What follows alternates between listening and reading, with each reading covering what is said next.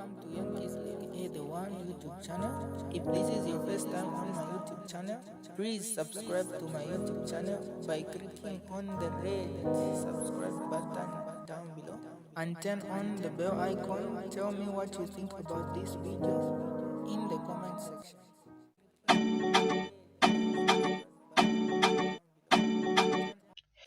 Alola Kinayo. Okay, so this is me after the Cabo incident, having survived the violent attack by the UPND cadres there. It was really disheartening to see how they treated President Lobinda. To see someone so young grabbing someone who is his father's age or older by the shirt and just dragging them and speaking to them like you're speaking to a small, you were like an equal or even less than an equal. And this is just a guy who is not even worth the salt of being able to address Bolivinda even with respect.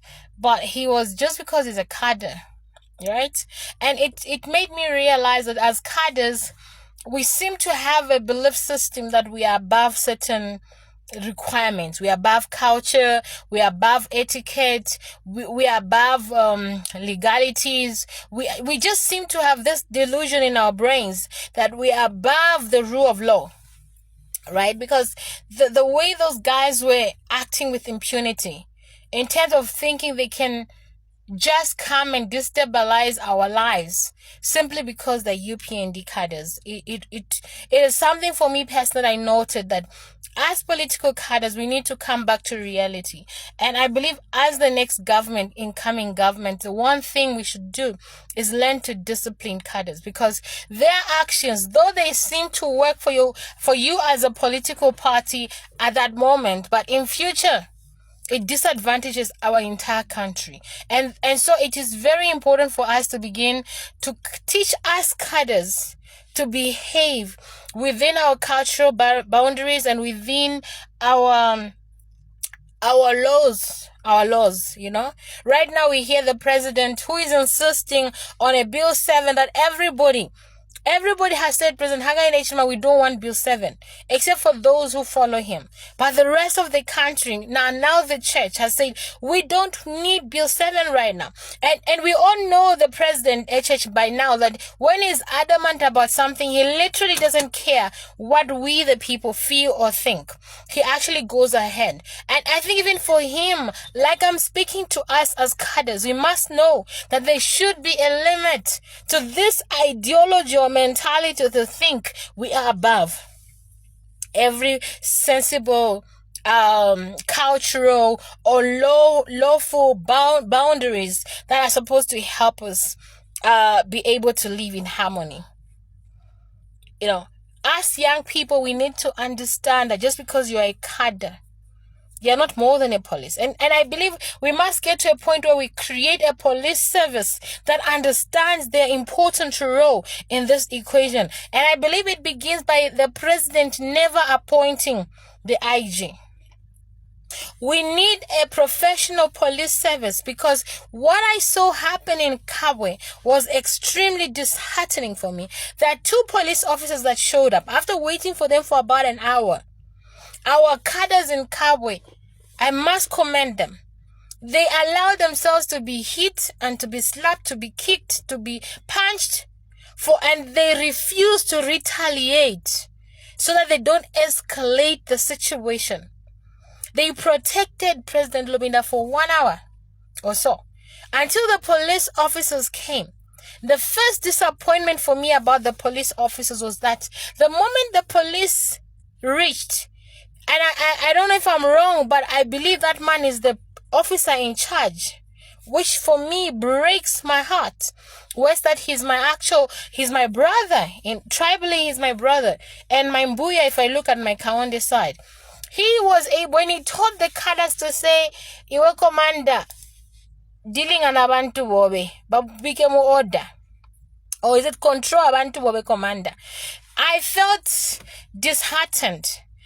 A police officer, he in his own capacity is unable to attract respect from these cadres, and is asking this so-called commander to control the cadres so that he as a police officer can perform his duty. That already for me was a red flag. I knew we were in trouble. Because I felt like what had come was just another cadre and not a police officer or two police officers. The other one is a junior because he could hardly speak because the senior was there. And in police service, the rank thing is important. So our guys kind of seemingly not really relaxed completely, but they knew the police are here. And the police officer finally says, let's walk out. Because that closed the gate and stuff like that, the UPND cadres. So we began to walk out. And this cadre who was supposedly the commander, who at first was he was recognizing that Bolubinda is older than him. And is a father figure, a man that has served this country in 7 different ministries. Suddenly he walked back towards us looking changed. This thing of taking substances as cadres is what also contributes to us acting out of lawful behavior. And I believe the only way we can stop this is that the next government should begin to find ways of punishing the former ruling cadres and the current ruling cadres when they go out of way. Because they have the potential of causing unnecessary loss of life and unnecessary anarchy in a country. Okay? Because some of the guys said, look, we refused to retaliate with the UPND cadres and allow them to hit us while we protected our boss because we have an understanding that those guys have pistols. So if we escalate the situation, we could end up losing lives. Now, why would cadres feel to be above the law? Unless it's because they realize there are no consequences.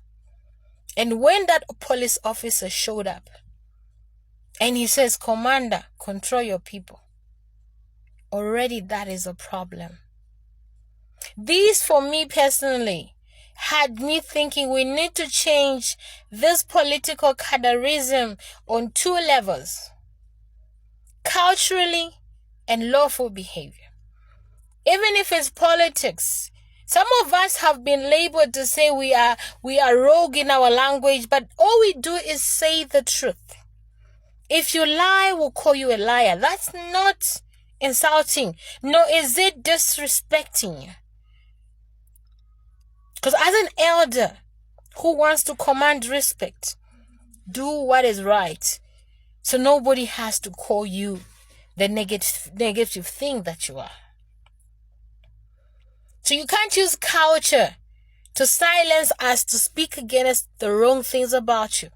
But neither should we forget our culture and disrespect each other and the elderly, lack respect simply because we are political cadres.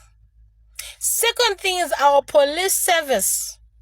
We still seem to have men and women who don't understand what that badge means, what that number on them means, what that uniform they put on means. They seem not to grasp it because they become literally political cadres in uniform.